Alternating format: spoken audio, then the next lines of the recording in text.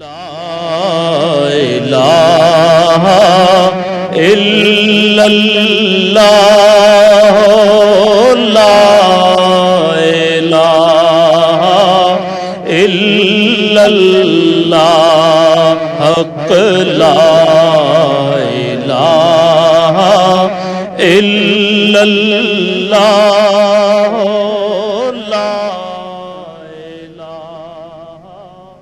پروردگار، میں نے ایک بے آب و گیا وادی میں اپنی اولاد کے ایک حصے کو تیرے محترم گھر کے پاس لا بسایا ہے۔ پروردگار، یہ میں نے اس لیے کیا ہے کہ یہ لوگ یہاں نماز قائم کریں، لہٰذا تو لوگوں کے دلوں کو ان کا مشتاق بنا اور انہیں کھانے کو پھل دے، شاید کہ یہ شکر گزار بنے۔ یہ شہروں کی ماں مکہ مکرمہ کے قیام کے وقت کی دعا تھی جو حضرت ابراہیم علیہ السلام نے بی بی ہاجرہ اور اپنے صاحبزادے حضرت اسماعیل علیہ السلام کو سنگلاخ پہاڑیوں کے درمیان آباد کرتے وقت کی، اور اللہ کی مدد سے اس قدیم گھر کو تعمیر کیا۔ وہ اللہ کے گھر کی تعمیر کے ساتھ ساتھ پورے ایمان اور اخلاص کے ساتھ اپنے زبردست خالق سے دعا کرتے جاتے تھے کہ زندگی سے آری اس لق و دق صحرا کو ایسا مرکز بنا دے جہاں انسانوں کے دل اللہ کی یاد سے معمور رہیں۔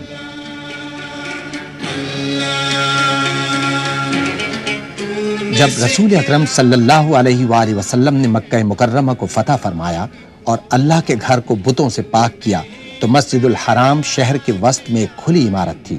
اس کے گرد 4 دیواری نہ تھی اور اس کا رقبہ صرف 2000 مربع میٹر تھا۔ 17 ہجری میں سیلاب کی وجہ سے جب مسجد الحرام کو نقصان پہنچا تو خلیفہ دوم حضرت عمر فاروق رضی اللہ تعالیٰ عنہ نے مسجد کی مرمت کرائی، اس کے گرد 4 دیواری تعمیر کرائی اور رقبے میں 500 مربع میٹر کی توسیع کی۔ 26 ہجری میں ان کے جانشین حضرت عثمان غنی رضی اللہ تعالیٰ عنہ نے 1700 مربع میٹر کی مزید توسیع کرائی۔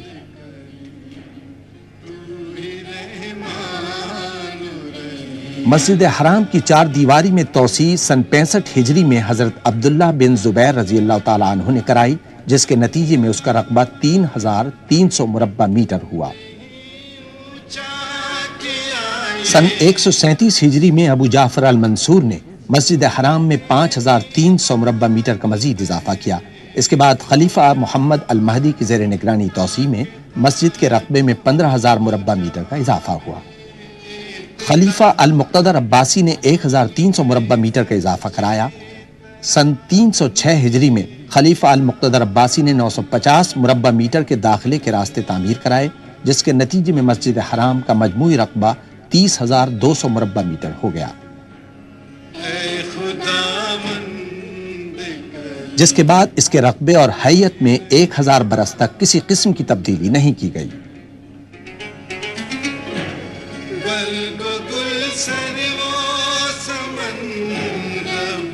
سعودی مملکت کے بانی شاہ عبدالعزیز السعود نے 1000 سال کے طویل وقفے کے بعد پہلی مرتبہ مسجد الحرام میں توسیع کرائی۔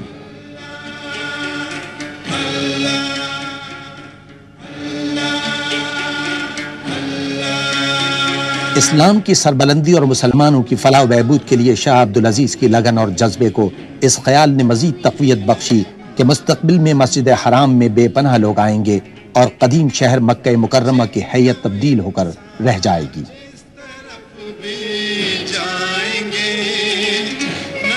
مسجد الحرام اور اطراف کے شہر کو تبدیل کر ڈالنے کے لیے شاہ عبدالعزیز کی زیر نگرانی توسیع 4 ربیع الثانی سن 1375 ہجری کو شروع ہوئی۔ مسا یعنی صفا و مروہ کے درمیان سعی کے راستے کی تعمیر سے اس کا آغاز ہوا۔ یہ مقدس راستہ بی بی ہاجرہ علیہ السلام کے نقش قدم پر کوہ صفا اور مروہ کے درمیان ہے۔ اس راستے کو مسجد میں شامل کرنے کا فیصلہ کیا گیا، چنانچہ شہر کے بعض حصے مسجد میں شامل ہونا تھے۔ حاجیوں اور دیگر عبادت گزاروں کو صفا اور مروہ کی سعی کھلے آسمان کے نیچے کرنا پڑتی تھی۔ انہیں صحرا کی شدید گرمی، ریت اور بازار کی رکاوٹوں کا سامنا کرنا پڑتا تھا۔ اس طرح توسیع کے کام کے پہلے مرحلے میں مسا کو مسجد الحرام میں شامل کر لیا گیا۔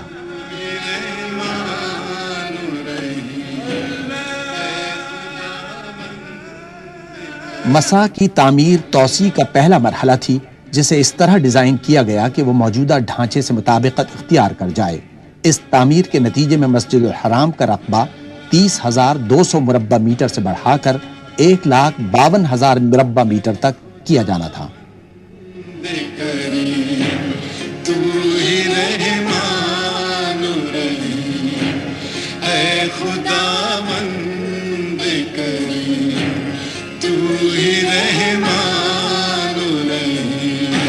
مسجد الحرام کی توسیع کا کام 20 سال سے زائد عرصے تک جاری رہا۔ مسجد کے آس پاس واقع قدیم روایتی شہر کے مکانوں اور عمارتوں کو پہلے منہدم کیا گیا تاکہ شاندار تعمیراتی کام کے لیے راہ ہموار کی جا سکے، جبکہ مطاف سے قدیم عمارت کو صاف کر دیا گیا، جس میں آب زمزم کے کنویں کا بالائی حصہ بھی شامل تھا، جسے مطاف کے نیچے دوبارہ تعمیر کیا گیا۔ عمارت کے ڈھانچے میں تبدیلی سے اس کی گنجائش ایک وقت میں 3,500 سے بڑھ کر 30,000 نمازیوں کے قریب ہو گئی۔ سن 1396 ہجری میں جب یہ عظیم الشان اور پرشکو عمارت مکمل ہوئی تو اس میں مجموعی طور پر 3 لاکھ افراد نمازیں اور دیگر عبادات آرام و سکون اور پورے خشوع و خضوع کے ساتھ کر سکتے تھے۔ لیکن پہلی سعودی توسیع کی تکمیل کے ساتھ ہی سعودی عرب اور مسلم دنیا میں بے پناہ معاشرتی تبدیلیوں کا آغاز بھی ہو گیا، جس کے نتیجے میں انگنت عازمین حج مکہ مکرمہ آنے لگے۔ یوں مسجد حرام اور شہر پر دباؤ میں بے پناہ اضافہ ہو گیا۔ ان تبدیلیوں سے عہدہ برا ہونے کے لیے سعودی حکومت نے مسجد الحرام کی سہولتوں میں اضافے کے پروگرام پر عمل درآمد کیا، جس میں مطاف کے راستے کے خالص اور سفید سنگ مرمر سے تبدیلی بھی شامل تھی۔ اس سنگ مرمر کی خوبی یہ ہے کہ اس کی بدولت شدید گرمی میں بھی پیر ٹھنڈے رہتے ہیں۔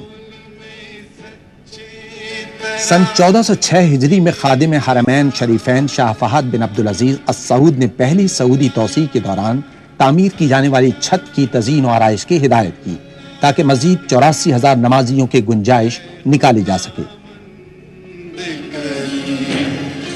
خادم حرمین شریفین نے مسجد الحرام کی عمارت کی حدود کے باہر 5 اسکیلیٹرز کے لیے اضافی عمارتوں کی تعمیر کا بھی حکم دیا۔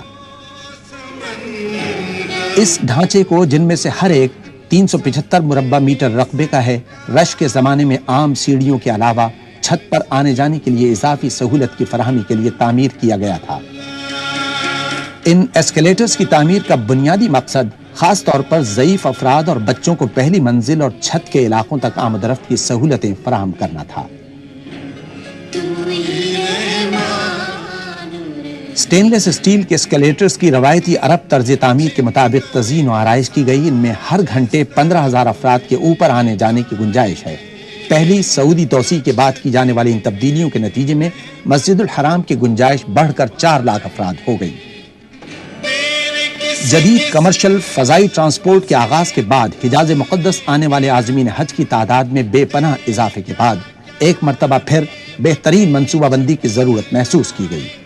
2 صفر سن 1409 ہجری کو خادم حرمین شریفین نے مسجد الحرام کی گنجائش کو دگنا کرنے کے منصوبے کا سنگ بنیاد رکھا، جنہیں اللہ تعالیٰ مومنین کی مستقبل کی نسلوں کی خدمت اور اسلام کی سربلندی کے لیے قائم و دائم رکھے۔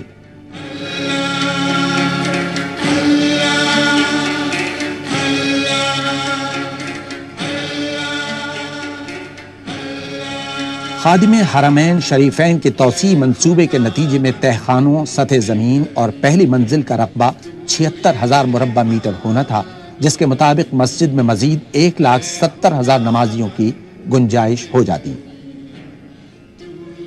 مسجد الحرام کی توسیع کے منصوبے کا آغاز المسا کے علاقے سے ہوا، جو 86,800 مربع میٹر کے مجموعی رقبے کا احاطہ کرتا ہے۔ اس سے مسجد الحرام کمپلیکس کی گنجائش 3 لاکھ نمازیوں سے بڑھ کر 7 لاکھ ہو گئی ہے۔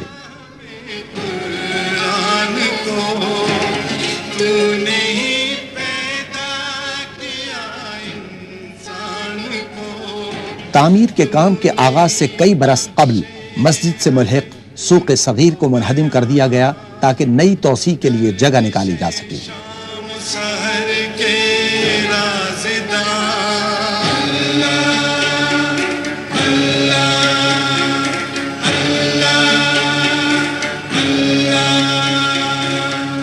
سن 1409 ہجری میں یہ پورا علاقہ بھرپور تعمیراتی سرگرمیوں کا مرکز بن گیا، کیونکہ تعمیراتی کام تیزی کے ساتھ جاری تھا۔ تہخانوں کے علاقوں کو ہموار کرنے کے لیے گہری کھدائی کی گئی، کیونکہ تہخانوں کو پورے کمپلیکس کے نیچے تیار کرنا تھا، جہاں نماز کی جگہ کے علاوہ مسجد کی ضروریات اور خدمات کی فراہمی کا اہتمام کیا جانا تھا۔ اس دوران مسجد کے ارد گرد کے علاقوں کو ترقیاتی کاموں کے لیے منہدم کیا جاتا رہا۔ تاکہ قائم ہو جہاں میں اقتدار، تول میں سچے ترازو کی مثال۔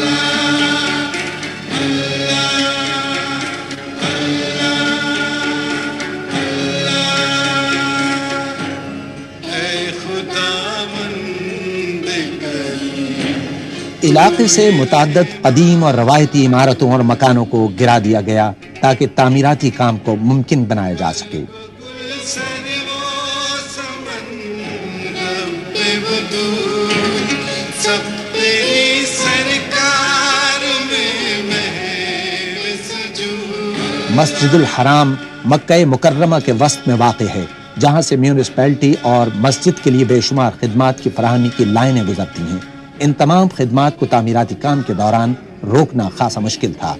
ایک بڑی اور اہم پائپ لائن کھدائی کے بڑے مقام پر کٹ رہی تھی، جسے کھدائی کے دوران یوں ہی چھوڑ دیا گیا۔ انسان جس طرف بھی جائیں گے، نقش بنیادی ضرورت کی پائپ لائنوں کو برسہ برس میں کسی منصوبہ بندی کے بغیر حسب ضرورت بچھایا گیا تھا، جس کے نتیجے میں اس مقام سے گزرنے والی نالیوں، کیبلز اور پائپوں کا ایک جنگل وجود میں آ گیا تھا۔ متعدد لائنوں کو دوسری سمتوں میں موڑ دیا گیا، جبکہ دیگر بنیادی ضروریات کو ایک ہی مقام سے مربوط انداز میں گزارنے کے لیے کافی گہرائی میں کھدائی کی گئی۔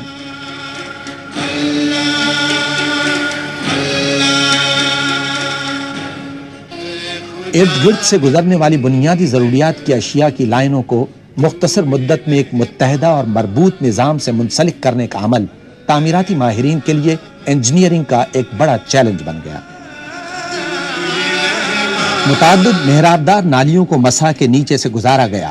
اس کے لیے مثلثی شکل کے کھلے تہخانے تعمیر کیے گئے تاکہ ان کی مرمت اور دیکھ بھال میں آسانی رہے۔ ان تہخانوں میں ایئر کنڈیشننگ سسٹم کے آلات بھی نصب کیے گئے۔ پانی کی فراہمی اور نکاس کی لائنوں، ہائی ٹینشن کیبلز اور ٹیلی فون لائنوں کے لیے محرابدار نالیاں یا کلورٹس بے حد مفید تھے، جن سے نہ صرف مسجد الحرام کی خدمت بلکہ آس پاس واقع بلدیاتی اضلاع کو بھی سہولت ہوئی۔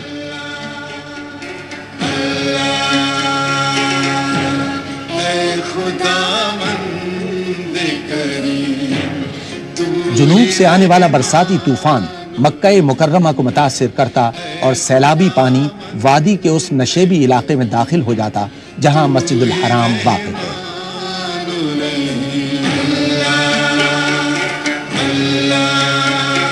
اس سیلابی پانی سے مسجد الحرام اور اطراف کا علاقہ زیر آب آ جاتا ہے۔ تو نے سکھلایا ہمیں قرآن، سیلاب کے پانی کی نکاس کے جدید ترین نیٹ ورک نے سیلاب کو ماضی کی داستان بنا دیا۔ موجودہ توسیع میں اس نیٹ ورک کو سیلابی پانی کی نکاس کے 3 نئے طریقوں کی بدولت مزید بہتر بنایا گیا۔ ایک نالا مسجد الحرام سٹریٹ پر الہجوم سے شروع ہو کر مسا کے نیچے سے گزرتا ہے۔ ایک اور سسٹم کنگ فہد گیٹ کے قریب شمیہ اور شبائکہ سے پانی کی نکاس کرتا ہے۔ تیسرا نظام العدول سکوائر سے الہجوم تک سرنگ کے ذریعے مسجد الحرام کے شمال مغرب کی جانب سے گزرتا ہے۔ اس کی 1175 میٹر تک توسیع کر دی گئی۔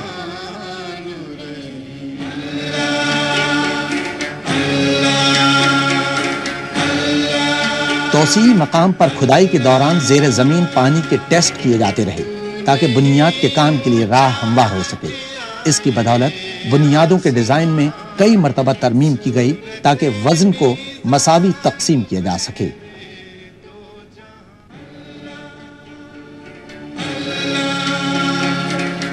نئی توسیع میں 1 میٹر ٹھوس سلیبز بچھائے گئے جسے غیر ہموار بنیاد کہا گیا۔ یہ بنیاد اتنی مضبوط ہے کہ اس پر مستقبل میں پوری اضافی منزل تعمیر کی جا سکتی ہے اور یہ سٹرکچر عمارت کو ہر قسم کے زلزلے سے بھی محفوظ رکھے گا۔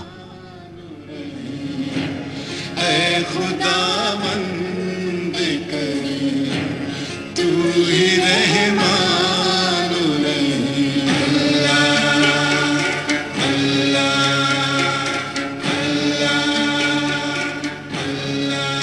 سانچے میں تیار کی گئی بنیاد پر واٹر پروف جھلی بچھائی گئی تاکہ اسٹرکچر کو بڑھتی ہوئی نمی سے محفوظ رکھا جا سکے۔ تو نے ہی پیدا کیا انسان کو، تو نے ہی بخشے ہمیں۔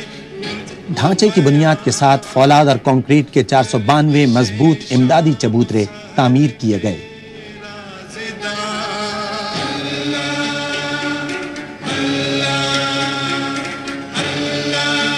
یہ چبوترے تہخانے کی سطح سے اٹھائے گئے، جن کی مدد سے دائرے اور مربع نما معاون ستون تعمیر کیے گئے جو زمین اور پہلی منزل تک محیط ہیں۔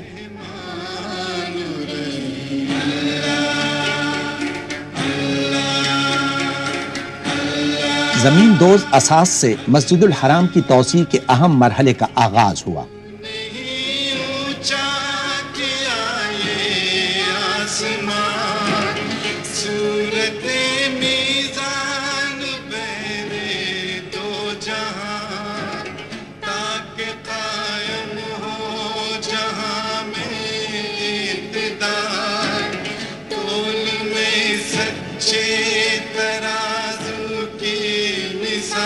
اس مرحلے میں تعمیراتی ماہرین کو 2 غیر معمولی چیلنجوں کا سامنا کرنا پڑا۔ پورے تعمیراتی کام کے دوران توسیع اور موجودہ حصوں میں پیدل چلنے والوں کا راستہ کھلا رکھنا ضروری تھا تاکہ نمازیوں کو مسجد تک آمد و رفت میں کسی قسم کی مشکل کا سامنا نہ کرنا پڑے۔ دوم یہ کہ تعمیراتی مقام پر جگہ کی کمی اس امر کا تقاضا کرتی تھی کہ مٹیریل کو تعمیراتی مقام سے دور رکھا اور تیار کیا جائے۔ چنانچہ کنکریٹ مکسنگ پلانٹ کوڈے میں بنایا گیا۔ اس مقام پر 3 لاکھ مکعب میٹر کنکریٹ تیار کیا گیا۔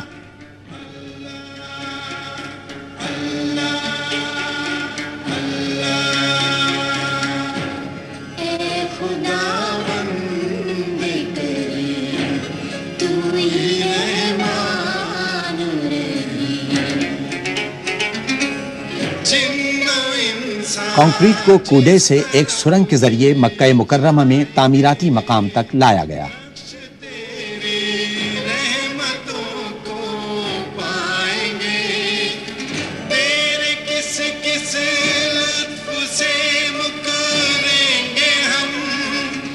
خادم حرمین اور شریفین نے منصوبہ بندی اور تعمیر کے ہر مرحلے میں ذاتی دلچسپی لی۔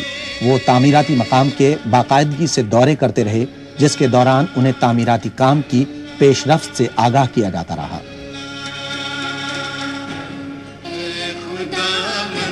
اس عمارت کو مستقبل میں آنے والی متعدد نسلوں تک قائم و دائم رہنے کے لیے ڈیزائن کیا گیا ہے۔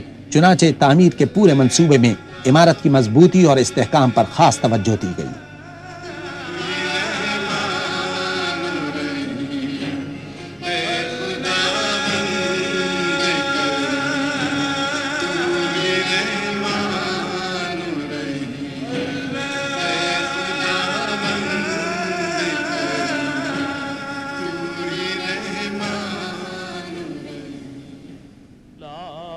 تعمیراتی کام میں استعمال کیے جانے والے تعمیراتی مواد میں اعلیٰ معیار کے 45,000 ٹن فولاد کا استعمال کیا گیا ہے۔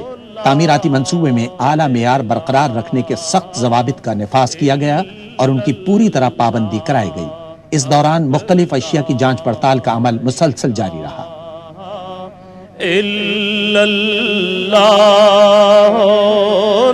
تعمیر میں مٹی کے بجائے مصنوعی پتھر کے اجزاء کو ان کی مستقل صورت میں استعمال کیا گیا اور یہ سپر سٹرکچر کی تکمیل میں معاون ثابت ہوا، جس سے مضبوطی کے ساتھ ساتھ حسن میں بھی اضافہ ہوا۔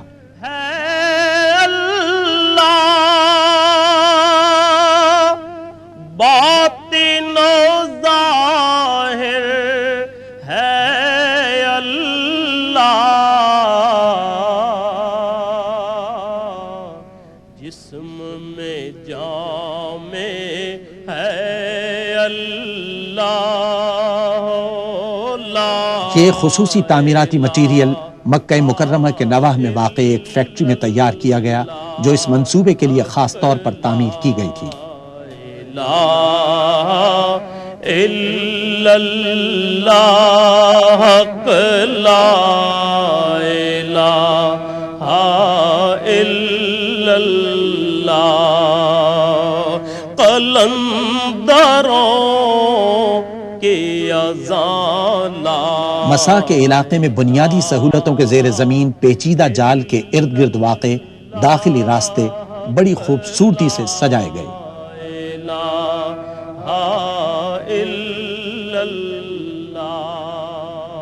اطراف کے راستوں پر گرینائٹ کا فرش کیا گیا، جبکہ صحن میں وہی ٹھنڈا سفید سنگ مرمر استعمال کیا گیا جو مطاف اور چھت کے علاقوں میں استعمال ہوا ہے۔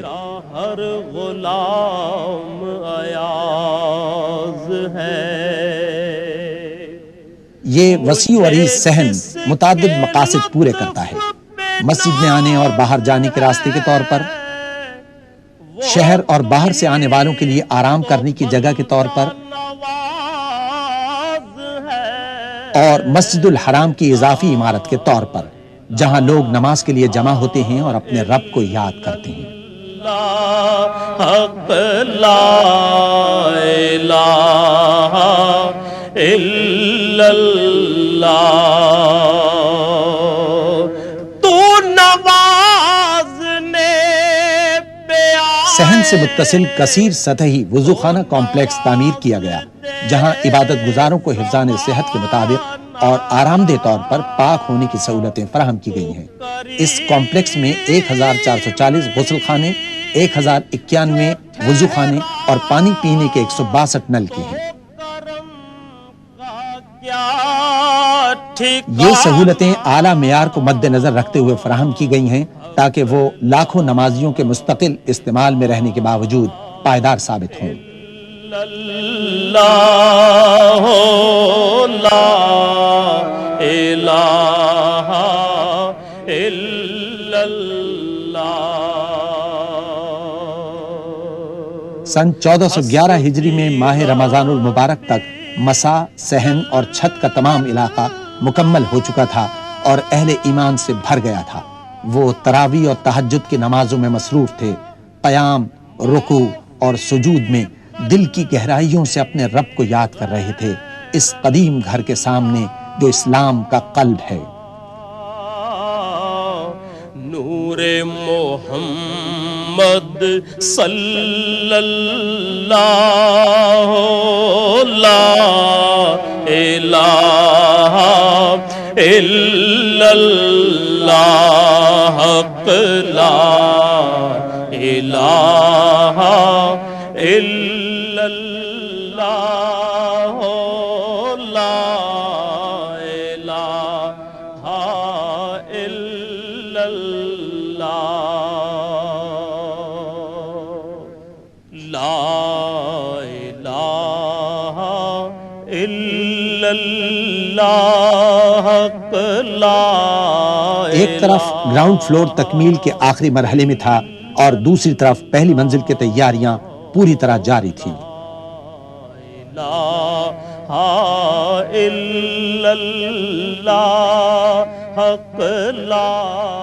اس کے ساتھ ہی منصوبے کا اگلا مرحلہ شروع ہوا۔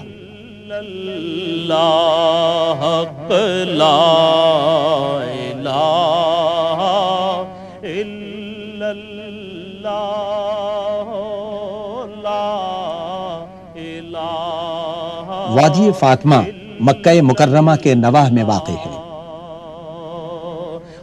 یہاں دیسی سنگ مرمر کا وسیع ذخیرہ موجود ہے جس نے پہلی سعودی توسیع کے دوران بیرونی آرائش میں نمایاں کردار ادا کیا تھا۔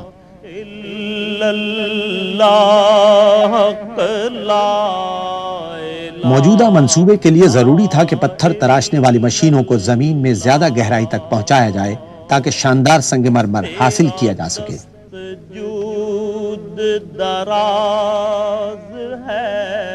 سنگ مرمر کے بڑے بڑے ٹکڑوں کو وادی فاطمہ سے 50 کلومیٹر دور جدہ کے نواح میں سعودی ماربل اینڈ گرینائٹ فیکٹری تک لایا گیا جو مشرق وسطی میں اپنی نوعیت کی سب سے بڑی اور جدید ترین سہولت ہے۔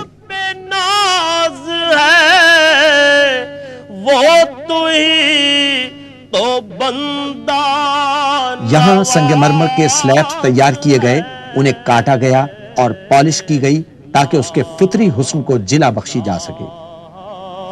الا اللہ حق لا الہ الا اللہ۔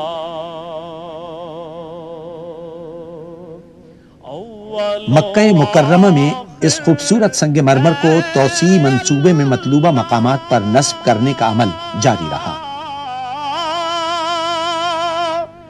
باطن و ظاہر ہے اللہ، جسم میں جام باب فہد پر 89 میٹر بلند 2 مینار تیاری کے آخری مراحل میں تھے۔ یہ مینار مسجد کے موجودہ 7 میناروں سے ملتے جلتے ہیں۔ اللہ حق لا الہ الا اللہ۔ مسجد کے 82,000 مربع میٹر پورے توسیعی حصے میں اعلیٰ قسم کا کرارا سنگ مرمر بچھایا گیا۔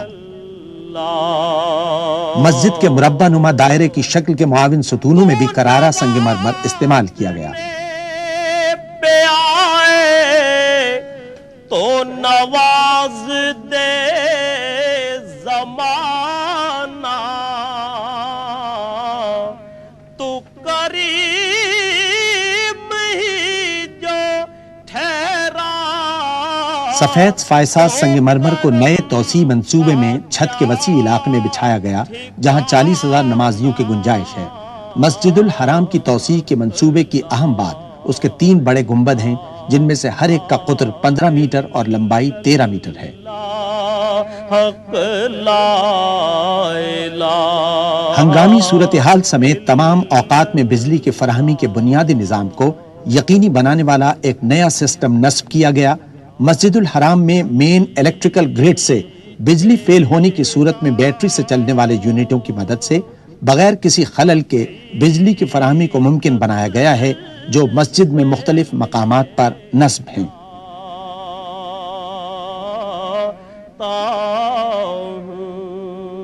یہ یونٹ ایسکیلیٹرز، ساؤنڈ سسٹم اور فائر الارم کو عبوری طور پر بجلی فراہم کر رہے ہیں۔ یہ اس وقت تک ضروری لائٹوں کے لیے بجلی فراہم کریں گے جب تک خودان کے مقام پر ایک نیا سٹینڈ بائی پاور پلانٹ کام شروع نہ کر دے۔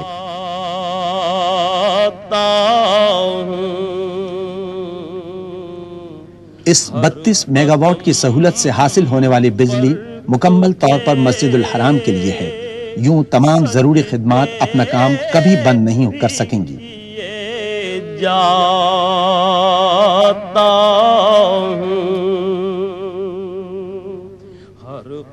ایسکیلیٹرز کی 2 اضافی عمارتیں بھی نئی توسیع کا حصہ بنی۔ سجدے بھی کیے۔ مکہ مکرمہ کی شدید گرمی ہمیشہ سے عازمین حج کے لیے پریشان کن رہی، اس لیے خادم حرمین شریفین نے فرمان جاری کیا کہ مسجد الحرام میں ایئر کنڈیشننگ سسٹم نصب کیا جائے جو نئی توسیع شدہ عمارت کو ٹھنڈا رکھے۔ یہ سسٹم 6 منزلہ عمارت میں واقع ہے، جسے سینٹرل اسٹیشن کہا جاتا ہے۔ سینٹرل اسٹیشن میں کولنگ کا جدید نظام موجود ہے، جس میں بالآخر 104 چلنگ یونٹس شامل کر دیے جائیں گے، جن میں تقریباً 38,500 ٹن کی کولنگ کی گنجائش ہوگی، جو مسجد الحرام تک انسولیٹڈ پائپوں کی مدد سے پہنچائی جاتی ہے۔ تیری رحمت کے سہارے پہ جیے جاتا۔ چونکہ یہ پلانٹ رہائشی ضلع میں واقع ہے، اس لیے عمارت میں زبردست ساؤنڈ پروفنگ کی گئی ہے، جو شور کو مناسب حد تک کم کرتی ہے۔ 450 میٹر کی سرنگ کے ذریعے ٹھنڈا پانی مسجد الحرام تک پہنچایا جاتا ہے۔ یہ پائپ ٹھنڈا پانی مسجد الحرام تک لے جاتے ہیں اور دوبارہ یخ بستہ کرنے کے لیے پانی کو واپس لاتے ہیں۔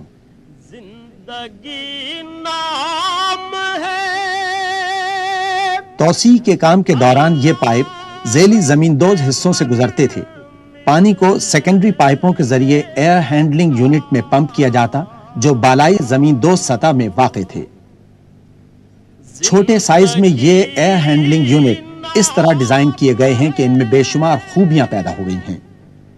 ان میں سب سے اہم خصوصیت ڈکٹنگ نیٹ ورک کے ذریعے زیادہ دباؤ پر سرد ہوا کو پمپ کرنے کی گنجائش ہے تاکہ مطاف کے گرد واقع محرابدار راہداریوں کے ذریعے مسجد میں داخل ہونے والی گرم ہوا کو باہر دھکیلا جا سکے۔ زمانے کو دیے جاتا ہوں یہ سبق سارے زمان۔ ٹھنڈی ہوا مربع نما ستونوں سے خارج ہوتی ہے جبکہ استعمال شدہ ہوا دائرہ نما ستونوں کے نچلے حصے سے باہر نکل جاتی ہے۔ ہر قدم پر تجھے سجدے بھی کیے جاتا ہوں صبر کرنا۔ مسجد کی اندرونی دیواروں کی آرائش کی تیاریاں اٹلی کی ایک ورکشاپ میں ماہر کاریگر انجام دے رہے تھے۔ قیمتی پتھروں کو کمپیوٹر کی مدد سے کام کرنے والی مشینوں کی مدد سے تراشا جا رہا تھا۔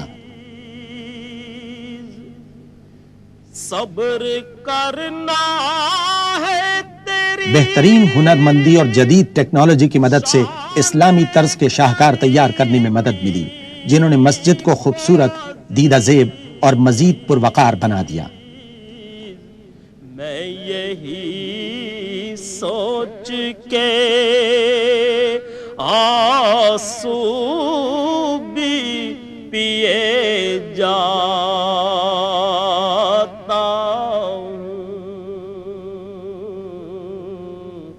نام بھی تیرا۔ اس پورے کام کو بے حد نفاست سے انجام دیا گیا، حتیٰ کہ نماز کے زمین دوز علاقے کو بھی سنگ مرمر سے آراستہ اور جپسم سے مضبوط کیا گیا۔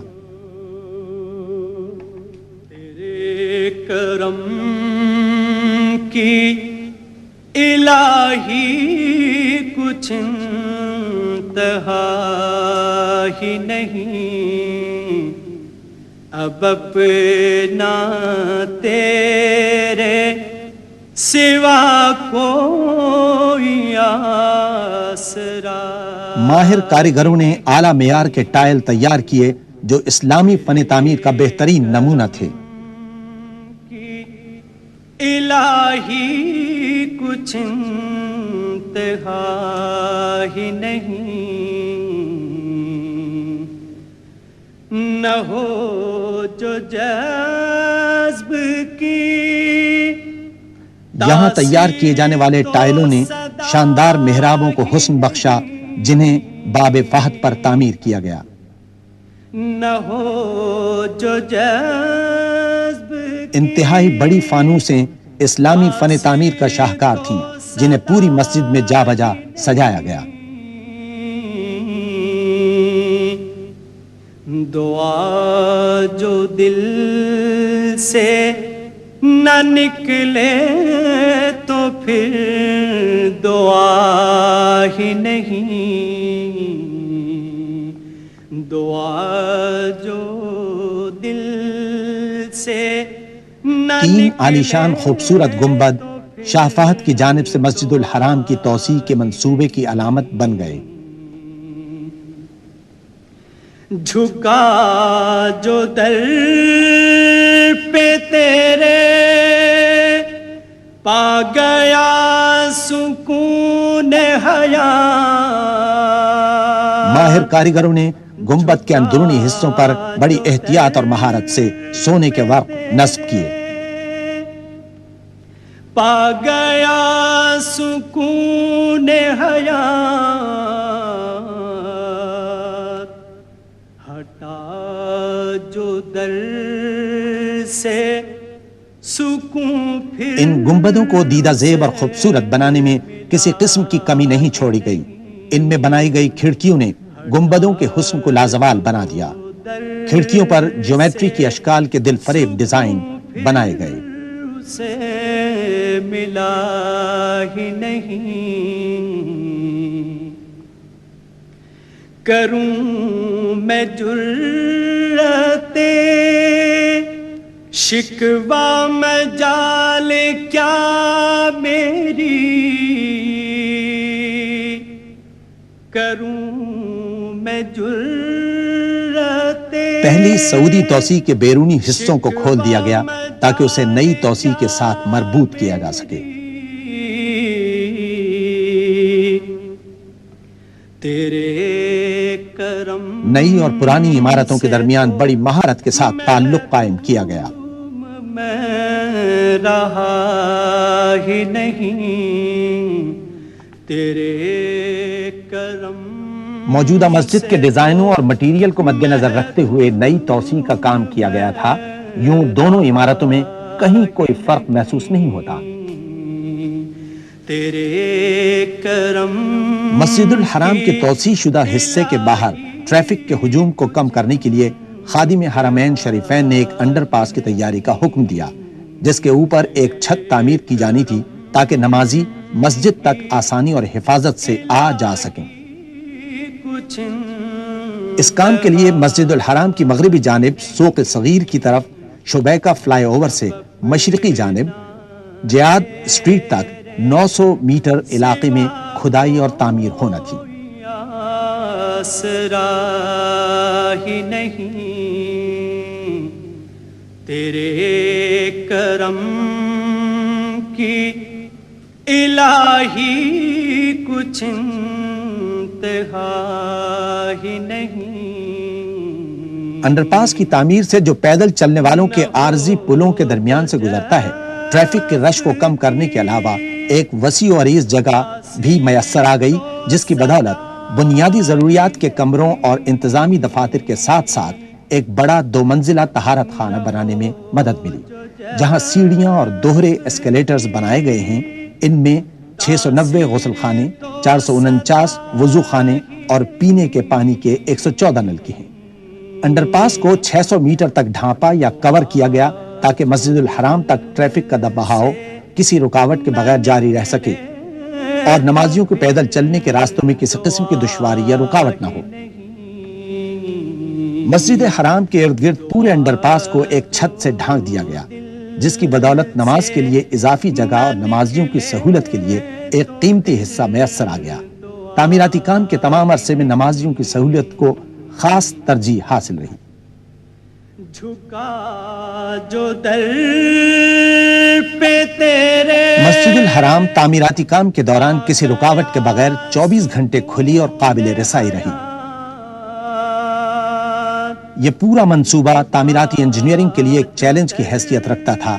تعمیراتی مقام سے گزرنے والے عارضی پلوں کی بدولت پیدل چلنے والوں کے راستے بذات خود کسی چیلنج سے کم نہ تھے، تاکہ ان عارضی پلوں کے ذریعے نمازی اللہ کے گھر آ سکیں اور اپنے خالق حقیقی کی عبادت آسانی اور سکون سے کر سکیں۔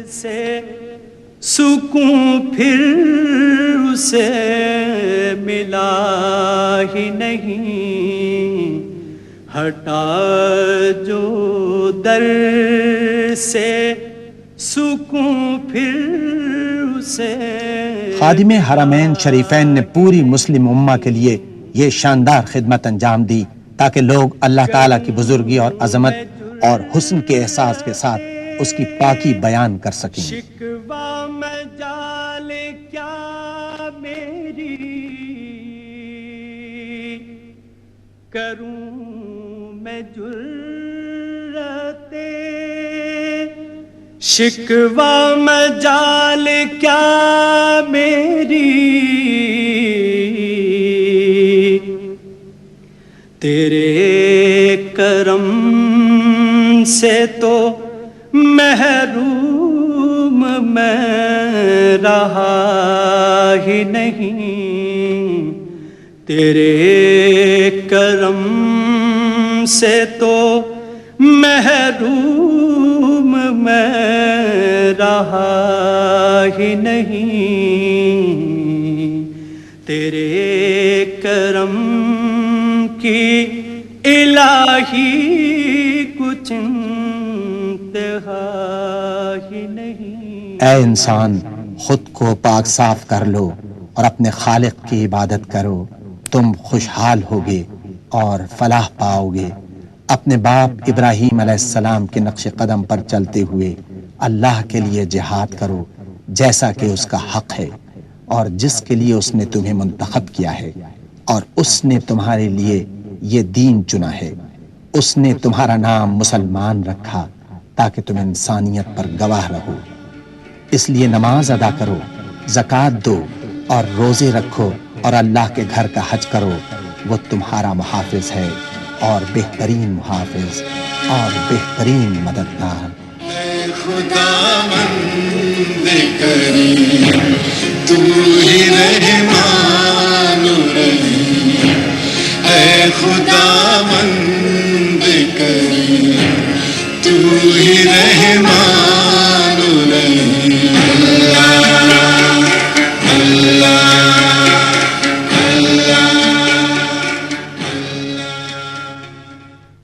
أعوذ بالله من الشيطان الرجيم. بسم الله الرحمن الرحيم. إن أول بيت وضع للناس للذي ببكة مباركا وهدى للعالمين فيه آيات بينات مقام إبراهيم ومن دخله كان آمنا. بے شک سب سے پہلی عبادت گاہ جو انسانوں کے لیے تعمیر ہوئی وہ وہی ہے جو مکے میں واقع ہے. اس کو خیر و برکت دی گئی اور تمام جہان والوں کے لیے مرکز ہدایت بنایا گیا. اس میں کھلی ہوئی نشانیاں ہیں. ابراہیم کا مقام عبادت ہے اور اس کا حال یہ ہے کہ جو اس میں داخل ہوا مامون ہو گیا. سورہ آل عمران آیت نمبر 96 اور 97. مکہ مکرمہ اسلامی شان و شوکت اور سطوت کا مظہر ہے، اور اللہ کا پہلا گھر کعبہ اس کے جاہ و جلال اور فضل و کرم کا مرکز ہے. نماز کے وقت تمام دنیا کے مسلمان کعبے کی طرف منہ کر کے نماز ادا کرتے ہیں. 4 دانگ عالم میں یہی وہ جگہ ہے جہاں تقریباً 20 لاکھ مسلمان حج کے لیے ہر سال جمع ہوتے ہیں. مکہ شہر کو قرآن کریم میں ام القریٰ کہا گیا ہے. ارشاد باری تعالی ہے، یہ قرآن عربی ہم نے تمہاری طرف وحی کیا ہے تاکہ تم بستیوں کے مرکز شہر مکہ اور اس کے گرد و پیش رہنے والوں کو خبردار کر دو. حضرت ابراہیم علیہ السلام اللہ کے حکم سے جب اپنی بیوی ہاجرہ اور ننھے اسماعیل کو مکہ کی بے آب و گیا وادی میں چھوڑ کر جانے لگے تو آپ نے جاتے وقت یہ دعا فرمائی تھی جس کا ذکر سورہ ابراہیم کی 37ویں آیت میں ملتا ہے. ارشاد باری تعالی ہے، ربنا إني أسكنت من ذريتي بواد غير ذي زرع عند بيتك المحرم ربنا ليقيموا الصلاة فاجعل أفئدة من الناس تهوي إليهم وارزقهم من الثمرات لعلهم يشكرون. پروردگار، میں نے ایک بے آب و گیا وادی میں اپنی اولاد کے ایک حصے کو تیرے محترم گھر کے پاس لا بسایا ہے. پروردگار، یہ میں نے اس لیے کیا ہے کہ یہ لوگ یہاں نماز قائم کریں، لہٰذا تو لوگوں کو ان کا مشتاق بنا اور انہیں کھانے کو پھل دے، شاید کہ یہ شکر گزار بنی. یہ اسی دعا کی برکت ہے کہ پہلے سارا عرب مکے کی طرف حج اور عمرے کے لیے کھچ کر آتا تھا، اور اب دنیا بھر کے لوگ کھچ کھچ کر وہاں جاتے ہیں. پھر یہ بھی اسی دعا کی برکت ہے کہ ہر زمانے میں ہر طرح کے پھل، غلے اور دوسرے سامان رزق وہاں پہنچتے رہتے ہیں. حالانکہ اس وادی غیر ذی زرع میں جانوروں کے لیے چارہ تک پیدا نہیں ہو سکتا. تاریخ کعبہ. کعبے کی تعمیر کے سلسلے میں مختلف روایات ہیں. کعبے کو سب سے پہلے فرشتوں نے تعمیر کیا، اس کے بعد حضرت آدم علیہ السلام نے تعمیر کیا، ان کے بعد ان کے بیٹے حضرت شیس علیہ السلام نے، اور پھر حضرت ابراہیم علیہ السلام نے اپنے بیٹے حضرت اسماعیل علیہ السلام کے ساتھ ازسر نو اس کو تعمیر کیا۔ اس تعمیر کا ذکر تو خود قرآن مجید نے کیا ہے۔ اس کا ذکر سورہ بقرہ کی آیت نمبر 127 میں ملتا ہے۔ وَإِذْ يَرْفَعُ إِبْرَاهِيمُ الْقَوَاعِدَ مِنَ الْبَيْتِ وَإِسْمَاعِيلُ رَبَّنَا تَقَبَّلْ مِنَّا إِنَّكَ أَنْتَ السَّمِيعُ الْعَلِيمُ۔ اور یاد کرو ابراہیم اور اسماعیل جب اس گھر کی دیواریں اٹھا رہے تھے تو دعا کرتے جاتے تھے، اے ہمارے رب ہم سے یہ خدمت قبول فرما لے، تو سب کی سننے اور سب کچھ جاننے والا ہے۔ حضرت ابراہیم علیہ السلام کے زمانے میں کعبے کے ابتدائی آثار تو مٹ چکے تھے، مگر فرشتوں نے حضرت ابراہیم علیہ السلام کو وہ مقام بتا دیا تھا جہاں تعمیر ہوئی تھی۔ ہزاروں سال کے حوادث نے عرصہ ہوا اس کو بے نشان کر دیا تھا، البتہ اب بھی وہ ایک ٹیلا یا ابھری ہوئی زمین کی شکل میں موجود تھا۔ انہوں نے حضرت اسماعیل علیہ السلام کی مدد سے اس کو کھودنا شروع کیا تو سابقہ تعمیر کی بنیادیں نظر آنے لگیں۔ انہی بنیادوں پر ازسر نو بیت اللہ کی تعمیر کی گئی، مگر قرآن حکیم نے کعبۃ اللہ کی تعمیر کا معاملہ حضرت ابراہیم علیہ السلام سے شروع کیا ہے، اور اس سے پہلے کی حالت کا کوئی تذکرہ نہیں کیا ہے۔ اس کا ذکر سورہ حج کی آیت نمبر 26 اور 27 میں ملتا ہے۔ وَإِذْ بَوَّأْنَا لِإِبْرَاهِيمَ مَكَانَ الْبَيْتِ أَلَّا تُشْرِكْ بِي شَيْئًا وَطَهِّرْ بَيْتِيَ لِلطَّائِفِينَ وَالْقَائِمِينَ وَالرُّكَّعِ السُّجُودِ وَأَذِّن فِي النَّاسِ بِالْحَجِّ يَأْتُوكَ رِجَالًا وَعَلَى كُلِّ ضَامِرٍ يَأْتِينَ مِنْ كُلِّ فَجٍّ عَمِيقٍ۔ یاد کرو وہ وقت جب کہ ہم نے ابراہیم کے لیے اس گھر خانہ کعبہ کی جگہ تجویز کی تھی، اس ہدایت کے ساتھ کہ میرے ساتھ کسی چیز کو شریک نہ کرو، اور میرے گھر کو طواف کرنے والوں اور قیام و رکوع و سجود کرنے والوں کے لیے پاک رکھو، اور لوگوں کو حج کے لیے اذن عام دے دو کہ وہ تمہارے پاس ہر دور دراز مقام سے پیدل اور دبلے پتلے اونٹوں پر سوار آئیں۔ حضرت ابراہیم علیہ السلام جد الانبیاء تھے۔ حضور اکرم صلی اللہ علیہ وآلہ وسلم کو بھی آپ ہی کی ملت کی پیروی کا حکم دیا گیا تھا۔ حضرت ابراہیم علیہ السلام دین اسلام ہی کے داعی تھے۔ سن 570 عیسوی یا 571 عیسوی میں جب یمن کا حاکم ابرہہ کعبے کو ڈھانے کے لیے مکہ پر حملہ آور ہوا تو اللہ تعالیٰ نے اپنے گھر کی حفاظت خود فرمائی اور اس کی فوج کو نیست و نابود کر دیا۔ اس کا ذکر قرآن کریم کی سورہ فیل میں ملتا ہے۔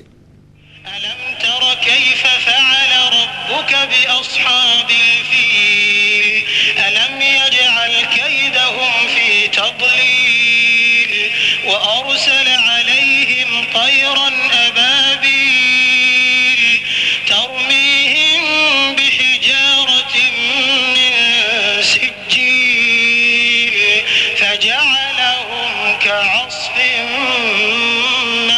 مأكول۔ تم نے دیکھا نہیں کہ تمہارے رب نے ہاتھی والوں کے ساتھ کیا کیا؟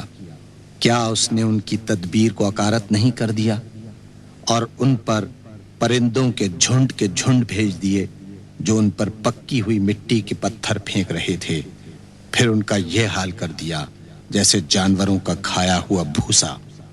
جس سال یہ واقعہ پیش آیا اہل عرب اسے عام الفیل کہتے ہیں۔ اسی سال حضور اکرم صلی اللہ علیہ وآلہ وسلم کی ولادت مبارکہ ہوئی۔ آپ صلی اللہ علیہ وآلہ وسلم جس زمانے میں پیدا ہوئے مکہ بت پرستی کا مرکز تھا، خود کعبے میں 360 بت رکھے ہوئے تھے۔ دیگر رسوم جاہلیت بھی عام تھیں، لوگ اریاں ہو کر کعبے کا طواف کرتے تھے۔ سن 2 ہجری میں تحویل قبلے کے ذریعے بیت المقدس کے بجائے کعبے کو قبلہ بنانے کا حکم آیا۔ اس وقت سے لے کر آج تک بلکہ قیامت تک مسلمان اسی رخ منہ کر کے نماز پڑھتے رہیں گے انشاءاللہ۔ تحویل قبلہ کا ذکر سورہ بقرہ کی 144ویں آیت میں ملتا ہے۔ قد نرى تقلب وجهك في السماء فلنولينك قبلة ترضاها فول وجهك شطر المسجد الحرام وحيث ما كنتم فولوا وجوهكم شطره۔ یہ تمہارے منہ کا بار بار آسمان کی طرف اٹھنا ہم دیکھ رہے ہیں، لو ہم اسی قبلے کی طرف تمہیں پھیرے دیتے ہیں جسے تم پسند کرتے ہو، مسجد حرام کی طرف رخ پھیر دو، اب جہاں کہیں تم ہو اسی کی طرف منہ کر کے نماز پڑھا کرو۔ کعبۃ اللہ تمام دنیا کے مسلمانوں کا قبلہ ہے، جدھر رخ کر کے وہ نماز ادا کرتے ہیں۔ یہ امت مسلمہ کی وحدت کی علامت ہے۔ ہر مسلمان خواہ دنیا میں کہیں بھی ہو نماز کے لیے کعبۃ اللہ کی طرف رخ کرتا ہے۔ اس کا ذکر قرآن کریم کی سورہ بقرہ کی آیت نمبر 149 اور 150 میں ملتا ہے۔ ومن حيث خرجت فول وجهك شطر المسجد الحرام وإنه للحق من ربك وما الله بغافل عما تعملون ومن حيث خرجت فول وجهك شطر المسجد الحرام وحيث ما كنتم فولوا وجوهكم شطره لئلا يكون للناس عليكم حجة إلا الذين ظلموا منهم۔ تمہارا گزر جس مقام سے بھی ہو وہیں سے اپنا رخ نماز کے وقت مسجد الحرام کی طرف پھیر دو، کیونکہ یہ تمہارے رب کا بالکل برحق فیصلہ ہے، اور اللہ تم لوگوں کے اعمال سے بے خبر نہیں ہے۔ اور جہاں سے بھی تمہارا گزر ہو اپنا رخ مسجد الحرام ہی کی طرف پھیرا کرو، اور جہاں بھی تم ہو اسی کی طرف منہ کر کے نماز پڑھو، تاکہ لوگوں کو تمہارے خلاف کوئی حجت نہ ملے۔ مسجد حرام کے معنی ہے حرمت اور عزت والی مسجد۔ اس سے مراد وہ عبادت گاہ ہے جس کے وسط میں خانہ کعبہ واقع ہے۔ صفا و مروہ دراصل دو پہاڑیاں تھیں جن کی چوٹیاں مسجد الحرام کے شمالی حصے میں واقع تھیں۔ اس کے قریب ہی وہ جگہ تھی جہاں حضرت ابراہیم علیہ السلام اللہ تعالیٰ کے حکم کی تعمیل میں اپنی نیک بیوی حضرت ہاجرہ اور اپنے فرزند حضرت اسماعیل علیہ السلام کو چھوڑ گئے تھے۔ پانی کی تلاش میں حضرت ہاجرہ نے صفا و مروہ کے درمیان 7 چکر لگائے تھے۔ ان پہاڑیوں کا درمیانی حصہ نشیب میں تھا، لہذا بی بی ہاجرہ ننھے اسماعیل کی نظر سے اوجھل ہو جانے کے سبب اس جگہ سے دوڑ کر گزرتی تھیں۔ بی بی ہاجرہ کی اس سعی کو اللہ تعالیٰ نے بے حد پسند اور مقبول فرما کر ننھے اسماعیل کی ایڑیوں کی رگڑ کی جگہ نہ رک سکنے والا پانی جاری فرما دیا، جس کو بی بی ہاجرہ نے مٹی اور پتھر سے گھیر کر زمزم یعنی ٹھہر جا کہا، جو زمین پر بہنے سے تو رک گیا مگر ایسے خشک ریگستان میں لامحدود مقدار میں جاری و ساری ہے، اور ہزاروں سال سے زمزم کا پانی اللہ تعالیٰ کے انعام و اکرام کا مظہر ہے۔ چنانچہ ہر حاجی اور عمرہ کرنے والے کو بی بی ہاجرہ کی پریشانی اور پانی کی سعی کی اتباع میں صفا اور مروہ کے درمیان 7 چکر لازمی لگانے کا حکم ہے، اور یہ حج اور عمرے کے مناسک میں شامل ہے۔ قرآن کریم میں سورہ بقرہ کی 158ویں آیت میں ارشاد ہوتا ہے، إن الصفا والمروة من شعائر الله فمن حج البيت أو اعتمر فلا جناح عليه أن يطوف بهما ومن تطوع خيرا فإن الله شاكر عليم۔ یقیناً صفا اور مروہ اللہ تعالیٰ کی نشانیوں میں سے ہیں، لہٰذا جو شخص بیت اللہ کا حج یا عمرہ کرے اس کے لیے کوئی گناہ کی بات نہیں کہ وہ ان دونوں پہاڑیوں کے درمیان سعی کر لے، اور جو برضا و رغبت کوئی بھلائی کا کام کرے گا اللہ کو اس کا علم ہے، اور وہ اس کی قدر کرنے والا ہے۔ سن 8 ہجری میں آپ صلی اللہ علیہ وآلہ وسلم نے اللہ کے حکم سے جنگ و جدال کے بغیر مکہ فتح کیا۔ اس سے اسلام میں ایک نئے دور کا آغاز ہوا۔ کفر و شرک کے تمام انبار جو کعبے کے گرد جمع ہو گئے تھے اب صاف کر دیے گئے۔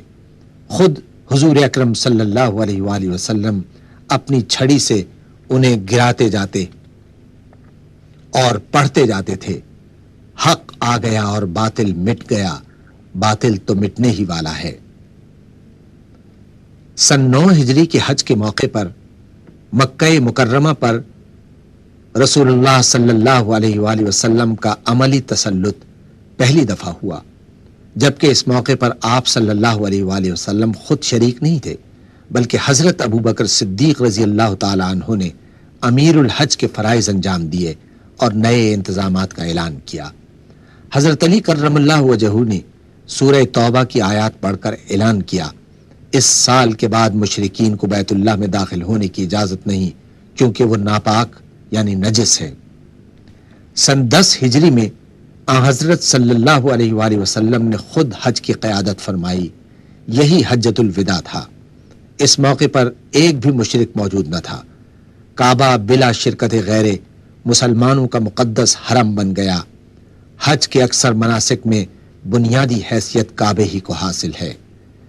سورہ بقرہ میں ارشاد ہوتا ہے، وَإِذْ جَعَلْنَا الْبَيْتَ مَثَابَةً لِلنَّاسِ وَأَمْنًا وَاتَّخِذُوا مِن مَّقَامِ إِبْرَاهِيمَ مُصَلًّى وَعَهِدْنَا إِلَىٰ إِبْرَاهِيمَ وَإِسْمَاعِيلَ أَن طَهِّرَا بَيْتِيَ لِلطَّائِفِينَ وَالْعَاكِفِينَ وَالرُّكَّعِ السُّجُودِ۔ اور یہ کہ ہم نے اس گھر کعبے کو لوگوں کے لیے مرکز اور امن کی جگہ قرار دیا تھا، اور لوگوں کو حکم دیا تھا کہ ابراہیم جہاں عبادت کے لیے کھڑا ہوتا ہے اس مقام کو مستقل جائے نماز بنا لو، یعنی حرم پاک کو، اور ابراہیم اور اسماعیل کو تاکید کی تھی کہ میرے اس گھر کو طواف اور اعتکاف اور رکوع اور سجدہ کرنے والوں کے لیے پاک رکھو۔ کعبۃ اللہ کا حج اسلام کے بنیادی ارکان میں سے ایک رکن ہے، اور زندگی میں ایک مرتبہ ہر آزاد، ذی ہوش، بالغ اور صاحب استطاعت مسلمان پر فرض ہے جو مکہ معظمہ تک سفر کرنے کی جسمانی اہلیت بھی رکھتا ہو۔ اس کا ذکر سورہ آل عمران میں آیت نمبر 97 میں ملتا ہے۔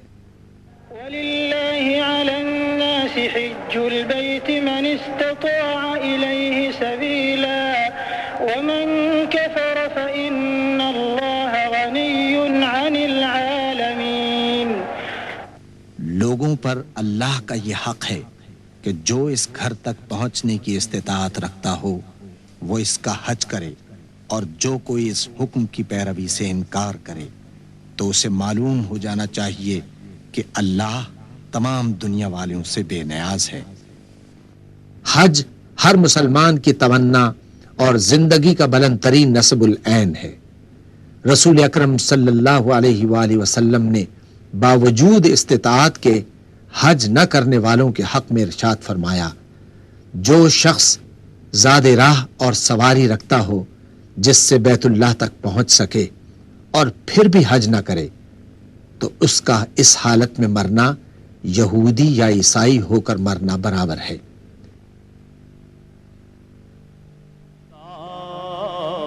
لا الہ الا اللہ، لا الہ الا اللہ، لا الہ